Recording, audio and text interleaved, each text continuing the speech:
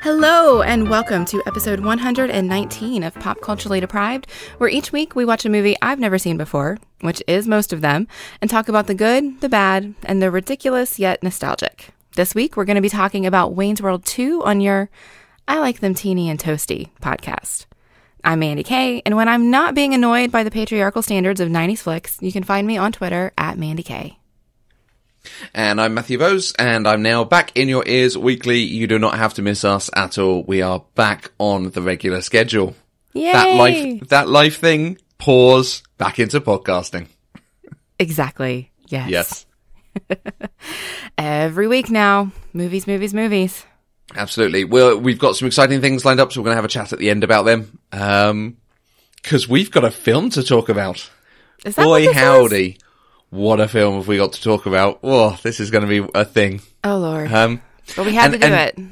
Yeah, just for people who listen, the Endgame podcast we released a while back, this is the weekend we talk about. So there's a little bit of kind of excitement in the air of like, oh, if we can get through this film, we can talk about Endgame. Yeah, let's do it. Yeah, so we should probably apologize for this episode. Sorry if this is 23 minutes of us going, yeah, it was a film. Cool. Let's move on. Yeah. All right. So, it's always weird on a sequel when I have to say, why did you never watch this? But you're feeling on, this and the first one. Why have you not seen the Wayne's World duology? I mean, I didn't watch SNL growing up. I kind of started knowing it was a thing in high school, but I was still very much in my I hate stupid humor, and all of SNL fell into that purview for me. I was so painfully misguided back then. I know that. Don't at me, you guys. And then I couldn't watch this one after I watched the first one because, we do sequels on the show, so I had to wait until it was time to talk about it here. So now I have seen this one. Okay. Well, just to bring everyone to speed, they've not heard the first one, which might be weird, but fine. People can listen in any order they want. Absolutely. Why? What were your? Not why. I don't know why I'm asking why. What were your feelings on Wayne's World 1? I very surprisingly loved Wayne's World 1. It had some weird bits to it. It was crude in places, but overall, I was on board with most of the humor, and I really dug the nostalgia of it and getting to see like the Chia Pet commercials and, the Doritos product placement and the Reeboks and, just all of the stuff that happened. Plus, Evil Rob Lowe was great. It was fun, and I enjoyed that experience. And it added a lot to our lexicon and to our style and things at the time in the mainstream, so... Yeah, it's definitely a movie that I think everybody should watch if you're gonna talk about film or if you're gonna be interested in film at all. Wayne's World is iconic. Okay, so before we talk about this one, do you want to give us a bit of history about the production? Well, Wayne's World 2 is the 1993 sequel to Wayne's World, the film adaptation of an SNL comedy sketch. It stars Mike Myers, Dana Carvey, Tia Carrere, and Christopher Walken. Originally, Myers' script was based on the 1949 British comedy Passport to Pimlico and had Wayne and Garth forming their own country and seceding from the U.S. after finding an ancient scroll. However, Myers hadn't told anybody he based it on another film, so production had to be halted once the studio discovered it since they didn't have the rights to the original film. Mike Myers was kind of in trouble, and he had to produce a new script very quickly. This movie received mixed reviews from critics, and while it did bring in more at the box office than its budget, it was a far cry less than the original film's gross of over $100 million, and it was also released against blockbusters like Mrs. Doubtfire, Schindler's List, and The Pelican Brief. Yeah, this is quite a famous story in film circles, the production of Wayne's World 2. There's a whole slate of things in the run-up to them actually getting to that point of production. Renegotiating contracts and rushing it to get it developed as soon as possible. I think there was like a new studio head at Paramount, so they wanted to make their mark and get lots of big sequels out really quickly. And then you get to this point where they based the script on a previous film, which I've actually seen. Like, Passport to Pimlico is a very funny film, surprisingly. Okay. And I've seen it because of this story. It came on Amazon Prime once, so I went, oh, yeah, I'll watch that. Okay. It is very funny. Very of its time, but very good. And the idea is absolutely solid for what would have been the film. But when they found out The story goes, the head of the studio threatening to sue Mike Myers, causing him to almost have a breakdown over it, them having to destroy some of the sets they built. They'd gone really quite far into production. It wasn't just they'd started hiring and setting up. They were about to film this thing. Yeah, I saw a quote from the director saying that he could literally hear chainsaws being taken to the sets. Yeah. Crazy.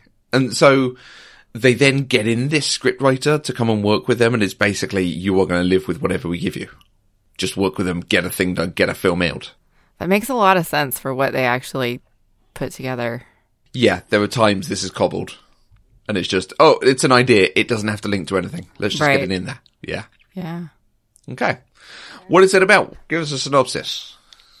Okay, well, my synopsis is very different than the IMDb synopsis. Okay, which one are you kicking us off with? Mine, of course. Yeah. Wayne is visited in a dream by Jim Morrissey while trying to figure out what to do with his life, resulting in wacky hijinks and an Aerosmith concert. Yeah? I mean, yeah, that's pretty straightforward, right? Hmm. IMDb says the inseparable duo try to organize a rock concert while Wayne must fend off a record producer who has an eye for his girlfriend. Also true? True, but not quite the same spirit of the movie, no. I think. I think we'll return a bit to the difference between the two a bit later on. How were you able to watch this one? Is it available anywhere over there on streaming? It can be rented on Amazon. It's not part of Amazon Prime, but, you know, like $3, you can still watch it. But I didn't have to do that. Joseph owns this one. He owns the collection of Wayne's World and Wayne's World 2. Nice.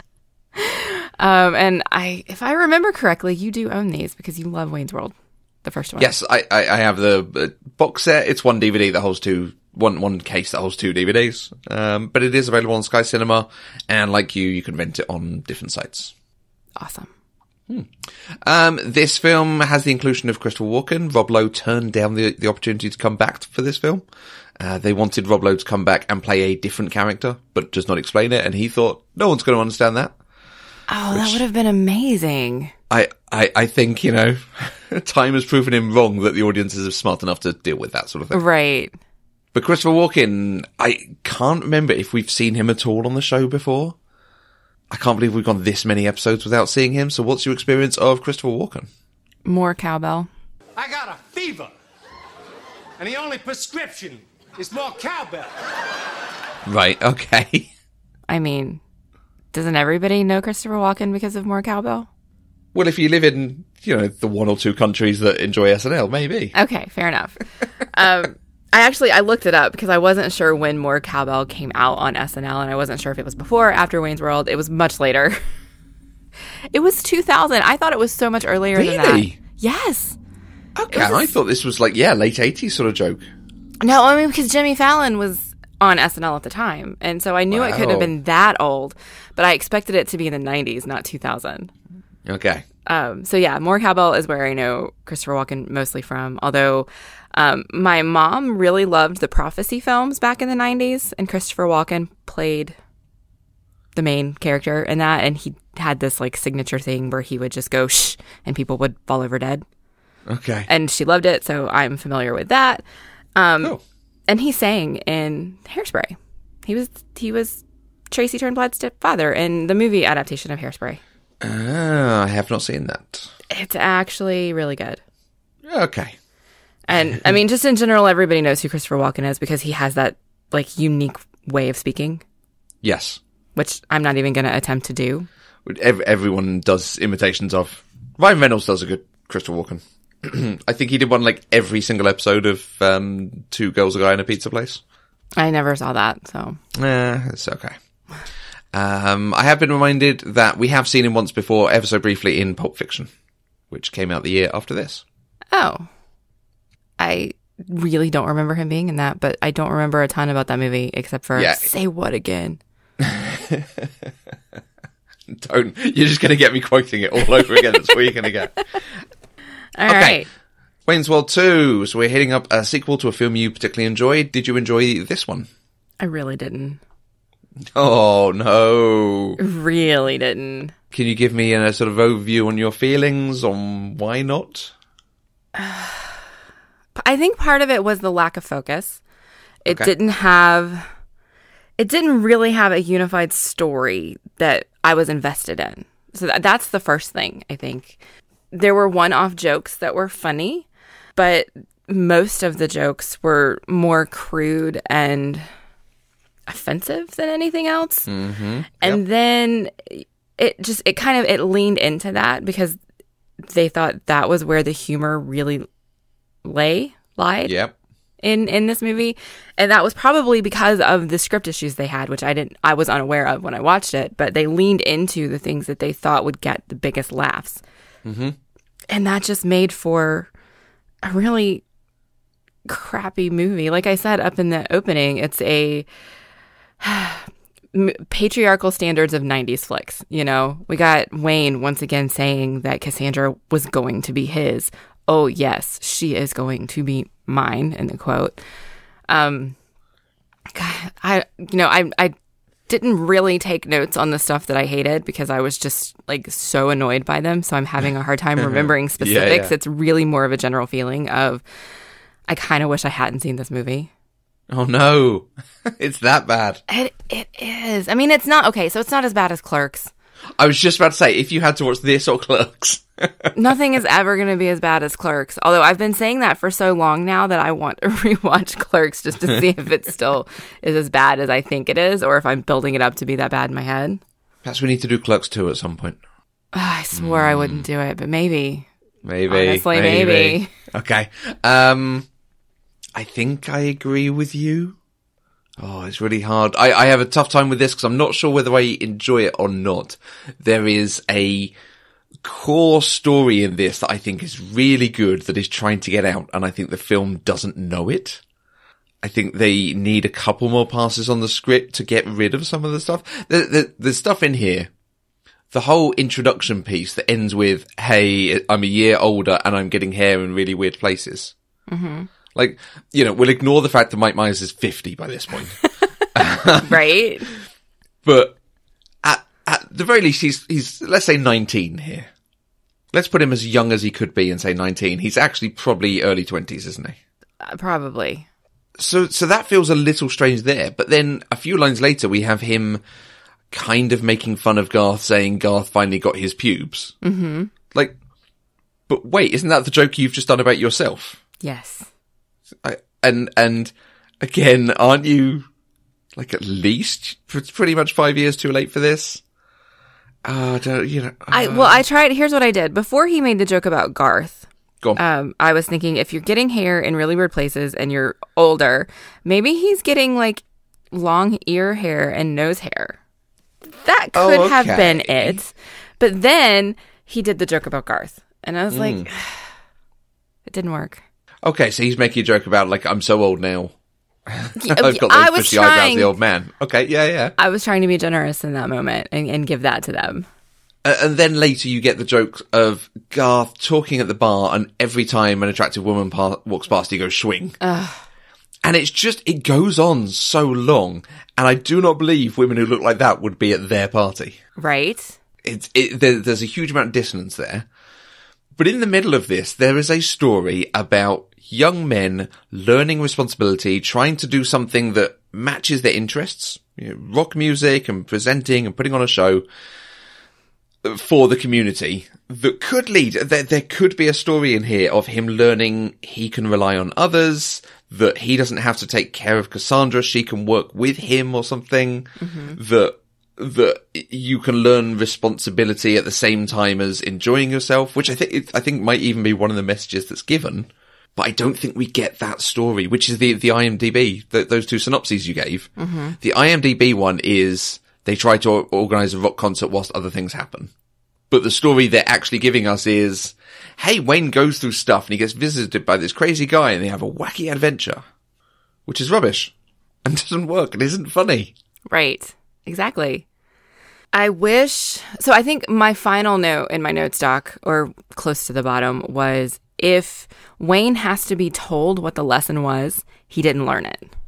Yes. If the audience has to be told what the lesson was, you didn't tell your story well enough.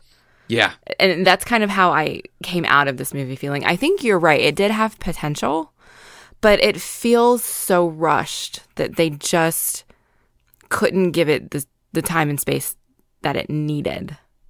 I mean, they could have if they got rid of all of the, the swing jokes, and the whole Kim Basinger storyline needed to not be there. Yeah. Should we talk about that now? Sure. Did you read the thing about why that was in the film? No, I did not read anything about this movie, because when I was done, I wanted to take a scrub brush to my brain. After the script for this version was done, Dana Carvey was annoyed. Dana? Senor Carvey was annoyed because he wasn't in it very much. So they gave him this plot of this amazingly attractive woman seducing him and trying to get him to kill her husband. A plot which goes nowhere, comes to nothing, is ridiculous, it's just a bit weird. It's creepy as fuck. Yeah. She is very predatory. She treats him like a child while seducing him. And it's very uncomfortable to watch. Yeah, that discomfort, I think, goes both ways. The way the film is objectifying her and making Kim Basinger eat this licorice in a way that nobody makes no eats sense. licorice like that. Yeah. And the way she's then, wearing the very skimpy dress and dancing in front of him and all that. Like, oh, no, we don't need that. And then you just have the ridiculousness of him not knowing, and then the next day of, I know the intimacy of a woman. No. Yeah. I think the only good thing that came out of that little plot bunny is him deciding to throw away the gun and just get the hell out of there. Yes. I'm glad they did that they gave him enough self-awareness to recognize this is not a thing I want to be involved in, and so he just leaves. Mm-hmm. But the whole thing didn't need to be there at all. Honestly, it would have been much better if this was a journey of both of these boys, men, sorry, whatever, I don't know how old they are. Both of these characters were trying to figure out their life. And because they're best friends and they have similar passions, they should be doing this together. This should not have been Wayne stock. This should have been something that the two of them came up with together. Yeah. And that could be the thing, calling it Wayne and Garth stock at the end or something. Because it does the really good turn where Wayne is split. He wants to go and try to win back Cassandra, and he wants to take care of the thing. And Garth says, go take care of the thing you have to take care of, and we'll figure it out here. Mm-hmm. And again, that could be part of his thing of not being in Wayne's shadow, taking over and doing his thing. And yeah, it had potential. Yeah. There was a lot here we can take apart and read, isn't there? Yeah, absolutely. I think you and I could take this movie and make it a good movie. Yeah. They just were not able to do it. No. And on top of that, we're talking about Kim Basinger. Let's talk about the rest of the women in this film. We're going to circle into Tia Carrere at the end, but we've got Drew Barrymore randomly in this film. But of course, she's someone from a different country who instantly falls in love with Wayne and wants to sleep with him. Because that's what everybody does for some reason. That's what happens. You have Heather Locklear being objectified in, I think she was in the first one, or her picture was in the first one with the same thing. And then you come to Tia Carrere, and every single time there is a scene where Tia Carrere comes into the scene. She's not there from the beginning. It opens with Wayne going, "She's so hot. You look so great. You look amazing." Oh, I don't think I noticed that.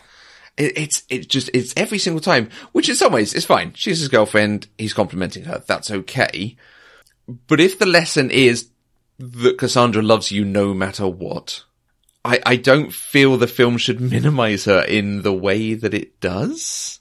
And it should make her make these decisions that, she's marrying her producer on a day's notice. Even though she hasn't actually broken up with Wayne, and we've not seen that thing happen. No, Wayne broke up with her. Oh, he does, doesn't he? He does. And then she goes and just instantly marries Bobby. Yeah, I don't buy that Cassandra would do that at all. No. The movie just needed it so they could do the Graduate parody. Yeah, absolutely. Yeah, see, I think what the movie is showing us is that Cassandra loves Wayne for who he is, but Wayne doesn't love Cassandra for who she is. He loves Cassandra because she's hot. Yep. And I almost worry there's an element of sort of exotic fetishization going on in there. Oh, I said that badly, didn't I? fetishization in there. That it's, because she looks a little different from everyone else. Oh God, she's even hotter. Yeah. Okay. I mean, I think they try to mitigate that because, I mean, again, we had a great scene of Wayne speaking Cantonese in this, although That's true. They went a little bit too far with that in this movie with the fight parody and the dubbing and all of that stuff. But the idea that he approached her father in his native language, I thought that was wonderful. Yeah. It had an element of respect, and Wayne was being grown up and responsible, and it was nice until it just wasn't anymore. Interesting. So what in that didn't work for you? Because I do quite enjoy that it just turns into a Hong Kong movie. I don't know. Maybe it is just that it turns into a Hong Kong movie is the thing that I don't like about it. Yeah, that's fair. I mean, I think it's funny, but I think it goes on for too long. Maybe that's what it is. They lean into it so heavily, and then they keep it up every time those two communicate in the rest of the movie. They do it with the dubs. And so it just feels like it went on for a beat too long. That's fair. Yeah, the bit with the phone in the fight is too much. I can see the gag they're trying to make, but it does just feel like an SNL sketch. Like, if you had an SNL sketch of a fight that got interrupted by a phone call, it would be fine. Mm-hmm. But then to have all the fight stuff on top of it. And again, Cassandra watching it going, "Ay!" Yes, I hated. There's the great thing of her, like, thumping a guy or something early when she's first introduced in the first film. Yeah, and she punches Wayne in this one. Yeah, it's awesome. Yeah, so her character was inconsistently written. Absolutely. They wrote her based on how she would fit into the gag that they're doing in that moment. Yeah. And I didn't like that. You have left out one woman. Have I? You have. Apparently her name was Betty Jo, but I don't think they told us that in the movie. But she was the girl in the permit office who was basically the female version of Garth. Yes. Who really didn't get to do much in the movie except stand there. But she was there. Yeah. She absolutely was there. I don't think she does anything. I think it is just, Garth has found his perfect woman and he doesn't care how she looks because she is as geeky as him. But is it a bit weird that they look like twins? It is a bit weird. Yeah. Although, honestly, I didn't pick up on it at first. When we were first introduced to her, I noticed that she was out of place, kind of in the permit office. Like, I noticed that her hair was kind of unkempt, and she just kind of looked like they were doing something weird with her. Right. Like, I noticed that her mouth did a weird thing, but I didn't put two and two together until the end when she showed up at Wayne's dock, because she was at that point also wearing the flannel shirt and everything. And so they leaned into it a little more heavily, and it was in that moment that I realized what they were doing with her. Mm-hmm. And I can appreciate that, because while she was intended to be the female version of Garth, she was much more confident and outspoken and well-spoken than Garth ever was. Yeah. And so I felt like as a character, she was more developed as that sort of person than Garth was. And I wish we had gotten more of her and that we could have seen her and Garth interact more than just those few minutes at the end. Could you have replaced her with a sexy lamp? No. No? Did she do anything? I think what I want her to do is more than what she did. Right. Maybe. Because, yeah, it's a nice idea to actually be, he's not... if we're saying that Wayne is influenced by the way the girl he's going out with looks, Garth is not, and he meets a nice girl who then does something, who helps with the show, who is an asset, who helps him believe in himself, and that's why he's confident enough to take over. Yeah. Because I don't want to see them falling out again. That would just be too much of the first film. Although, right. I think we're about to have a conversation about how much the first film is in the second film. But there is a way of doing that story of he is still in his shadow and he's not confident enough to take the lead on things. And then at the end, he does step up. And it can be because he's met someone who helps him believe in himself. Right. Yeah, they had a lot of space to do more there, and I wish they had. Tell you what they did that I did quite enjoy, and I think particularly in the context of our show, that there were so many movie parodies in this that we have directly watched that film. Right. So I'm just going through going like, Mandy will get this now. Mandy will get this now. Amazing. Yeah, you have listed here, though, that they parodied Some Like It Hot, and I think I completely missed that one. Can you tell me what they did?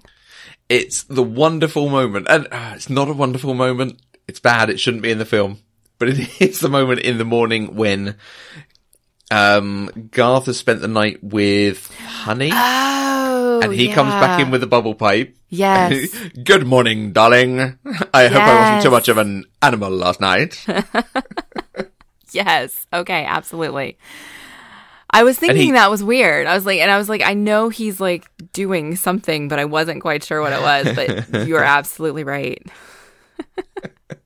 And it does actually make me laugh. This, you know, the joke of he is now a man. So he behaves like this sort of weird accountant, old-timey accountant or something. Right. Hold me, you know I will. I do think they did The Graduate parody too long. Oh, really? Like, they did the whole final scene from the car to the church to even getting on the bus. Like they just did it kind of shot for shot all the way through, and that was a little too much. And actually, that's fair, because is it a parody when they are doing the thing? Like that end sequence of The Graduate has the good jokes of the radio going on the car when they go through the tunnel, the radio then going when he breaks down, him having to run for a really long distance. Mm-hmm. So they're doing those jokes again, and those were good jokes when they were written for, you know, that film that's, 30 years old at this point? Right. Yeah. But so the gag they don't of the two churches, like the first Presbyterian and the second Presbyterian being identical, like that was funny. That was quite funny. I loved just that shot of them on either side of the street. Like, okay, that's quite good. Yeah, but we didn't need everything leading up to it and everything that goes after it. I think it was, to me, it was just too much. And then I couldn't tell in the middle of that, like I knew they had already started The Graduate parody because they had the car, they had the song. He stops to get directions.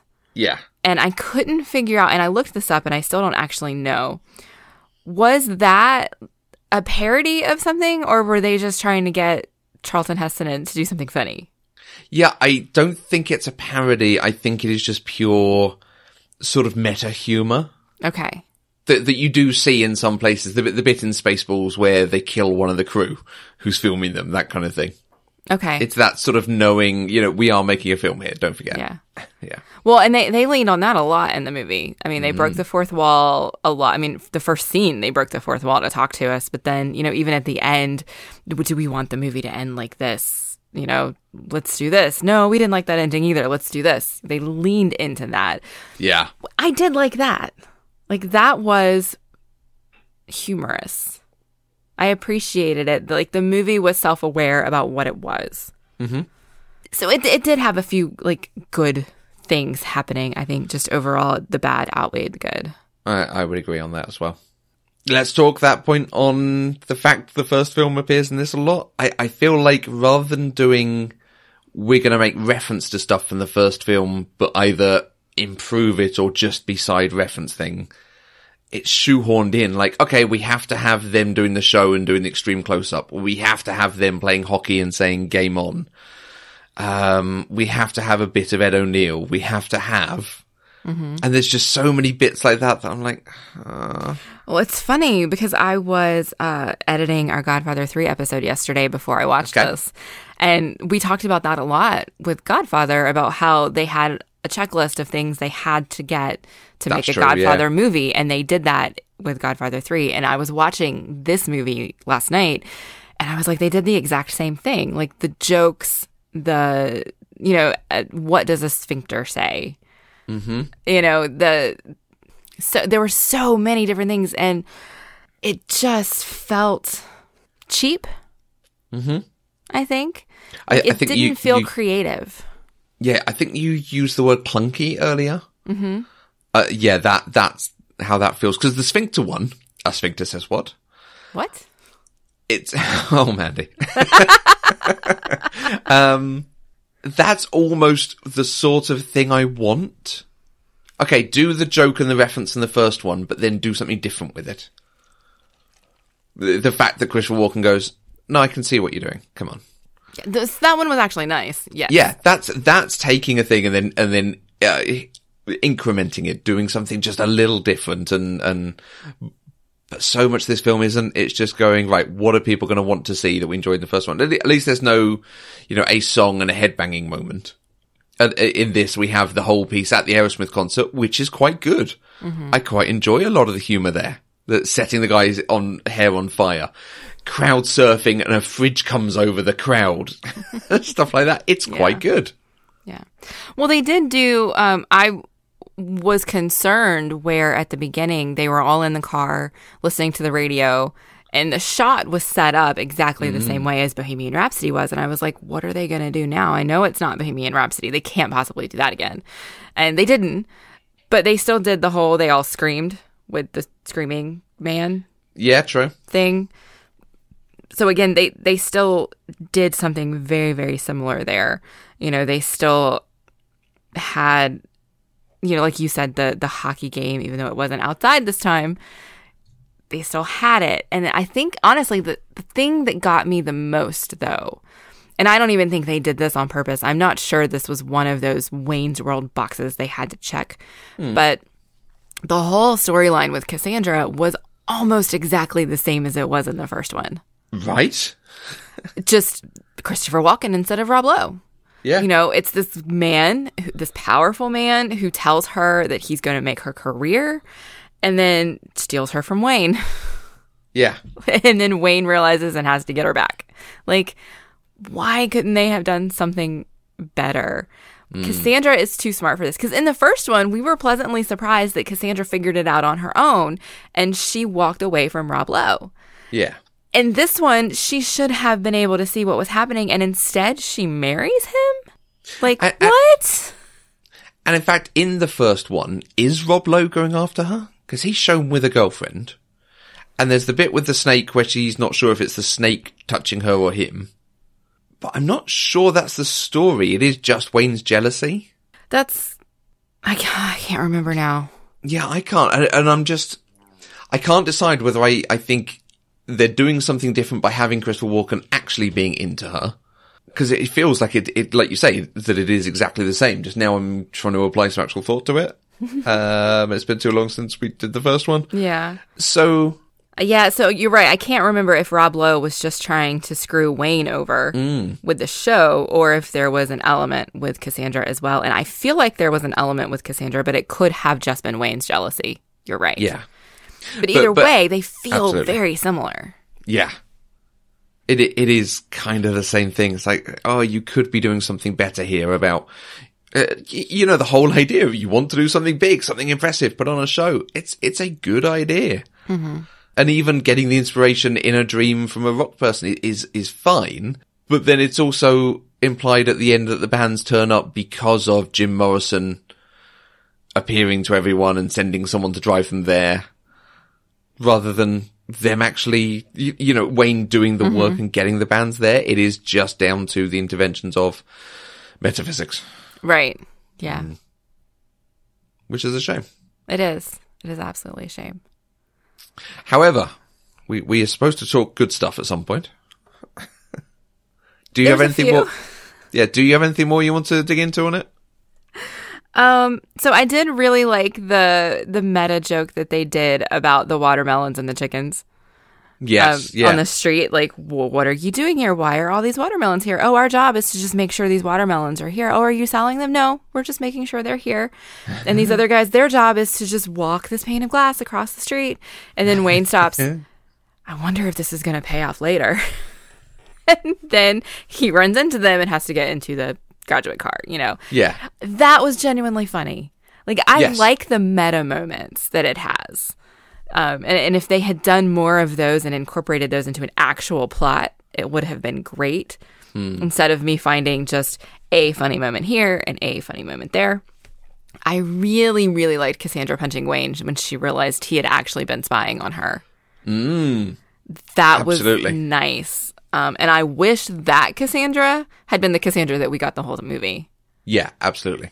And I'm really sorry that I'm turning my favorite moments into reasons why the rest of the movie was terrible. But she is a cool character. She is. And she really is. when she's not written to do stuff supporting Wayne, she gets even like all the other stuff. Her appearance on the Tonight Show. That you nailed it. Yep. The evening talk show. Jay Leno, how about that? Jay Leno, thank you. Her appearance on that is quite good, and she clearly is good at what she does. Yeah. And everyone sees that she's good at what she does. So, you know what I thought they were going to do with her appearance on the Tonight Show? Because she had already told Christopher Walken dude that she had to go back to Illinois because she said she was going to play Wayne Stock. And he was like, I don't know if we're going to do that. I don't know if we're going to do that. I thought she was going to get on the Tonight Show and say something about Wayne Stock on the Tonight Show, and that was going to be what got people to come. Right. And instead, that would have been nice, yeah. People just showed up for no good reason. Yeah. Yeah, it just seems to be, but it is a success, even if you put no work into it. Exactly, yeah. Because we don't see them planning the party. We don't see them trying to get tickets out there. There's the one bit where they go to the radio show. And they talk about it on their show. Yeah. But there's no actual, they put work into it. Oh, no, they go and see Kevin Pollak at the thing office. But it just seems to happen in the background where I really want it to be the focus of the... It's just a bit like Mad Men, where I don't care about all the, interrelationship stuff. I just want to see them making adverts because that's quite interesting. All right, that's fair. Yeah. The last thing was Wayne had a line in this one that I actually really liked, that I expected you to pick, and you didn't. And it's just because I've gotten used to you really enjoying these lines that list things. And Wayne said, when he's talking about kind of what he wants to do with his life, he says, "What I'd really like to do is something extraordinary, something big, something mega, something copious, something capacious, something kajunga." And I was just like, that's a good line. I like it. I mean, it's absolutely silly, but it reminded me of you. Oh. And then you didn't take it, so I took it. So you took it. It's a good list. I like lists that go on way too long. Yeah, and I guess this one doesn't quite go on too long. Yeah, it is good because I like the end of Kajunga where he just, I've run out of words. Yeah. I'm going to make up a word here. Yeah, it's funny. I thought it was funny. I liked it. But in telling us that at the beginning, they are setting up, this is what the film is going to be about. We are giving you that's his I Want song at the beginning of his musical. But then it just happens without any trying.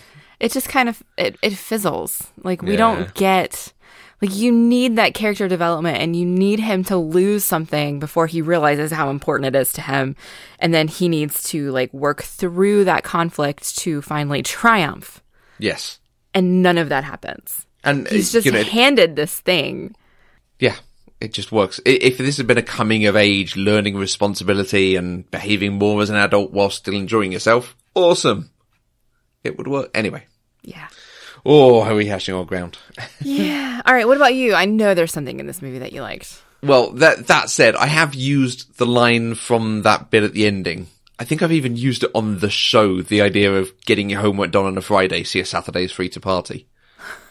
Because it's a really good line about responsibility. Yeah, it is. And I wish I'd done that all through education. Right. But there is a sequence in this that I think it's not throwaway because they do return to it, but it's something I have imitated many, many times over the years because I was very age appropriate when this came out. Okay. Absolutely. Early teens. So a lot of this stands for me. And the character of Del, I think, is a wonderful character. I think he's just on the right side of surreal oddness. That it works for me, that I just enjoy him being on screen and doing stuff. I just like listening to him talk. Yeah. He has this, like, his accent, I don't know where in the UK that accent comes from. It's different from yours. It's different from Catherine's. But his voice doing it is very melodic. And it's just nice to listen to. Yeah. And the character was in, the actor was in a film called With Nail and I. And apparently this is basically the same character. Now, it has been years since I've seen With Nail and I cannot remember it. So I might have to dig that out and rewatch at some point. But there was a bit where he's telling a story. And there's something in the story that I love as well, so we'll return to that. But just the way he does it, and I break this out at completely random moments when someone said something even a little bit similar of just, they've got this bloody great Bengal tiger. Well, I took out the tiger with a can of mace, but the shopkeeper and his son, well, that's a different story altogether. I had to beat them to death with their own shoes. But I got the M&Ms and Ozzy went on stage to do a great show. And it's just so, like you say, the sort of lilting quality to it. I had to beat them to death with their own shoes. That is a wonderful turn on a story as well. Yeah. Yeah. So what about the bit where he is telling people where they're going to be for the show, like in front of the house or behind the house, and he brings out the machine gun? Yeah. Yeah, you see, exactly. Just the oddness of what he does. Because you don't see that coming. It is very far into the surreal, even for this film. Right. So I like that. I couldn't tell if that was parroting something or if they were just being weird. I don't think so. I mean, it's parodying planning for a war heist type thing, but I don't think it's anything specific. It's called of like, now these babies tend to heat up, so fire in 3-second bursts. Yeah, yeah. But the thing that I particularly love about this, because the idea of color specific M&Ms is a sort of rock myth. Mm-hmm. And have I ever told you the history to the colored M&Ms? I don't think you specifically have, but I know that I know one of the stories at least. Okay. So the sort of fact in inverted commas behind it is that there is a band, and I'm going to say Van Halen, but now I'm worried it's like Def Leppard or another, surname band. Go on. I was actually going to say I thought it might have been Led Zeppelin. I don't think it's Led Zeppelin. Maybe it is Van Halen. Yeah, Van Halen's It's one of them. A one syllable, multiple syllable surname. But they had in their rider to have a bowl of M&Ms with a specific colour taken out, no brown M&Ms, for instance. Mm-hmm.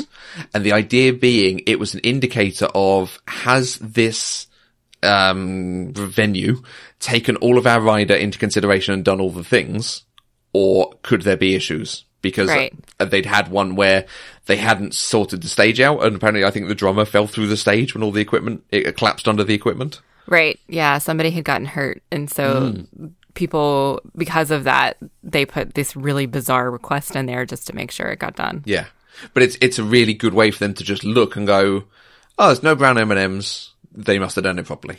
Right. It's actually quite clever when you dig into it. Yes. Absolutely. But I have done, particularly in the era of, if I'm playing Rock Band and Guitar Hero, I have done rock evenings where we do lots of songs and eat lots of pizza and cake and stuff. Mm-hmm. And I did bowls of colour specific M&Ms. Nice. It's quite relaxing to just sit there for an hour, just emptying bags of M&Ms into specific colours. Yeah. Well, did you see they did that in this? Mm. They were sitting there and there was like a bowl of yellow M&Ms and a bowl of green ones, and they were separating them out. Yeah.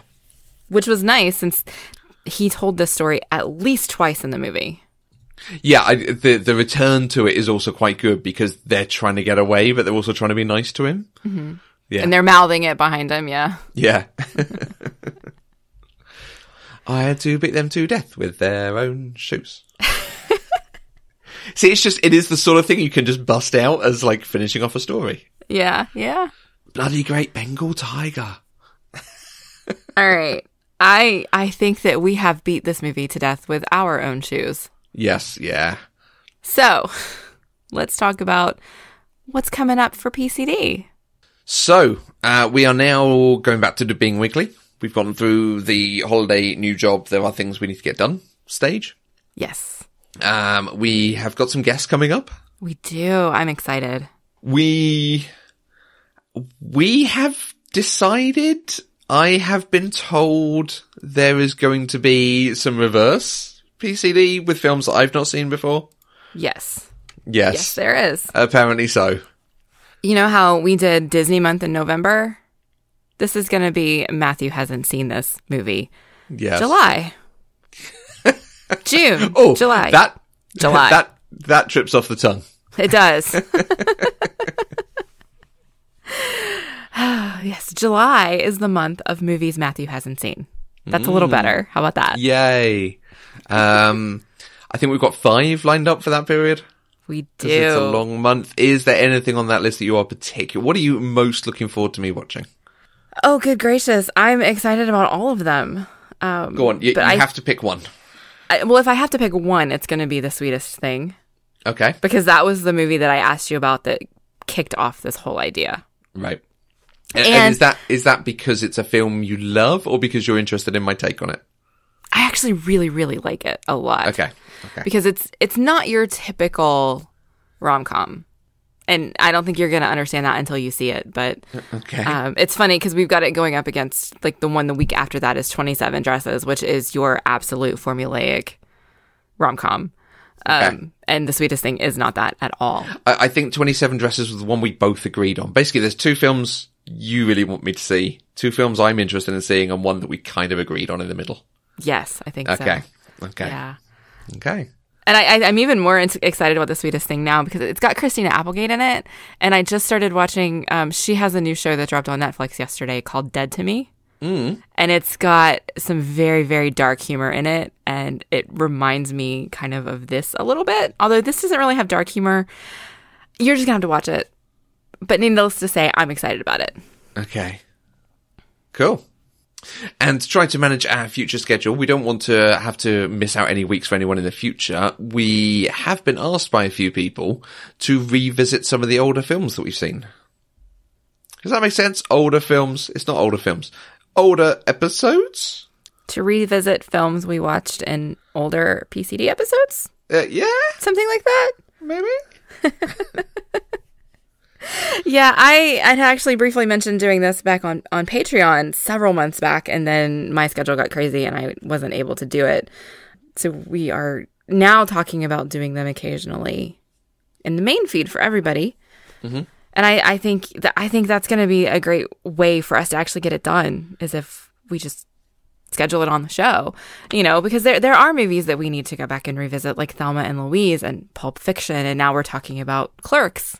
Mm-hmm. Let's go back to these movies and see if either of our experiences and feelings about those movies have changed since the first time. Yeah, I think that's good. And so we'll do a bit of a talk about them. We'll reissue the older episode. So we will call it something. Probably PCD Revisited, I would imagine, is the obvious one. Probably, yeah. So you can see what's changed, but you know what's coming for that episode. We know we've had a number of new listeners lately, so if you haven't listened to the back catalogue, this is a good way to hear some of the classic PCD. Yeah. Back when we had microphones held together by sellotape, and yeah, I don't think we won't have one of those until later in the summer, but we will start doing that. They are coming. If there's anything that we covered ages ago that you want to know our feelings on it now, do drop us a message. We're interested to know what people want to hear about. Absolutely. And then just to wrap up, one comment about Wayne's World 2 from a listener and friend of the show at Inferior Caitlin on Twitter. She says, what is there even to say about Wayne's World 2? They tried to capture the charm of the first film. They failed. They threw in some racism, and then Aerosmith show up. I'd watch that film. I'm not sure it's even that good. Yeah, we didn't even talk about how this giant concert festival that was supposed to be Waynestock ended up just being an Aerosmith concert. Yeah, they show other bands turning up, but you did kind of expect Aerosmith were going to be the main thing in it. Yeah. So. Wayne's World 2, everybody. And I think because there was a thing about how they actually filmed that end sequence at an Aerosmith concert, and Mike Myers and Dana Carvey showed up in like full costumes so they could be filmed doing stuff. Okay. So that was how they got that going. Oh, okay. Yeah. Interesting. All right. Well, if you would like to join the conversation, you can use the hashtag PCDeprived on Twitter. You can find us on Twitter, Facebook, and Instagram at Eloquent Gushing, or you can send an email to podcast@eloquentgushing.com. Pop Culture Deprived is completely funded by listeners like you through our Patreon page. Anything you can give, even $1 a month, it gives access to exclusive content, and it helps to support the network, and it helps to develop new shows. If you want to find out more, you can go to patreon.com/eloquentgushing. And don't forget to visit our homepage where you can find all the other shows and blogs and things and whatnots that we do for the network. We'll be back next week with another episode where we'll talk about Willow with Rachel Newberry. Until next time, I'm Mandi Kaye. And in the event of capture, I will personally distribute these cyanide capsules to be placed under the tongue like so.